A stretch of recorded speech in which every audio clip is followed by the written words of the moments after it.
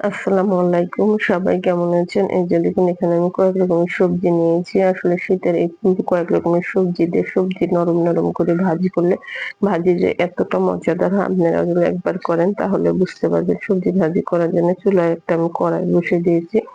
কড়াইয়ের মধ্যে আমি তেল দিয়ে দিলাম। কড়াইটা গরম করে তেলটা দিয়েছি। তেলটা গরম হলে এখানে পেঁয়াজ কুচি দিলাম।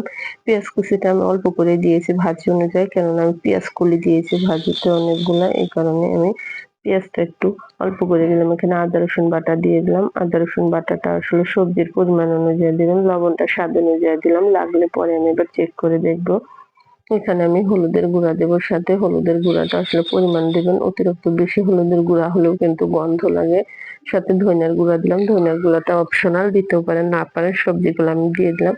সাথে আমি কতগুলো কাঁচামরিচ ফাড়া নিয়েছি। কাঁচামরিচ ফাড়াগুলো দিয়ে আমি ঢেকে দিলাম। সবজিতে কোনো এক্সট্রা পানি দিব না। সবজি থেকে কিন্তু অলরেডি পানি উঠবে।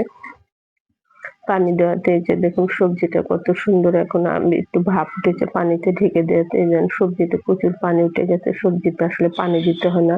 কেননা পাতাকপি, পাতাকপি থেকেও প্রচুর পানি ওঠে। এখানে আমি টমেটো দিয়ে দিলাম বেশি করে একটু। টমেটো, ধনিয়াপাতা বেশি দিলে আসলে সবজিটা খেতে কিন্তু অনেক মজা। আপনাদের আসলে সবার তো আবার একরকম পছন্দ হয় না। ভাজিটা এভাবে একটু নরম, নরম হবে। ভাজিটা রুটি, পরোটা, লুচির সাথে খেতে কিন্তু অনেক মজা হবে। এই যে ভাজিটা হয়ে গেছে অলরেডি। ভাজিটা আমি নামিয়ে নিয়েছি। দেখতে যতটা লোভনীয় লাগতেছে খেতেও কিন্তু অনেক মজা হবে।